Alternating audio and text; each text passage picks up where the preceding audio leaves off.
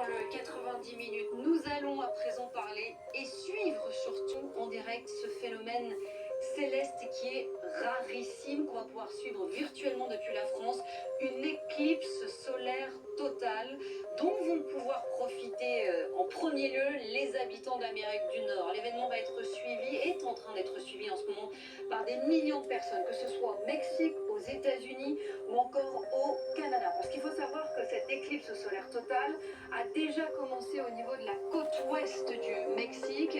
Elle va ensuite se poursuivre aux États-Unis pour se terminer au Canada. Ce qu'il faut savoir aussi, c'est qu'il y a des événements qui sont organisés dans de nombreux États, dans plusieurs villes, avec à chaque fois un décompte. Des événements organisés aussi dans des lieux emblématiques, comme les chutes du Niagara, dont les images vous parviendront dans un instant. On va en parler avec Thierry Arnaud, qui est avec moi sur ce plateau. Bonsoir Thierry. Bonsoir, Alice. Ravi de vous retrouver. Vous êtes éditorialiste politique international, bien sûr, à BFM TV. David Elbaz, astrophysicien, bonsoir, au CEA et directeur scientifique du département d'astrophysique du CEA. On va d'abord, ce sont des images commentons d'abord ces images en direct, monsieur Elbaz. Racontez-nous là ce qui est en train de se passer. On est d'accord que ce que l'on découvre à l'antenne est rarissime.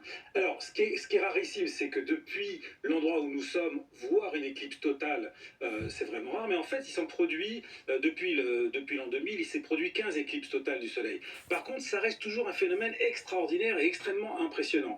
Il y a une coïncidence étrange. La Lune, elle est beaucoup plus près de nous que le Soleil. Oui. Mais en apparence, elle a la même taille, ce qui fait qu'elle le recouvre parfaitement. Elle est 400 fois plus petite et 400 fois plus près. Et grâce à ça, on a fait des découvertes exceptionnelles dont on pourra peut-être parler. Là, ce qu'on voit sur ces images...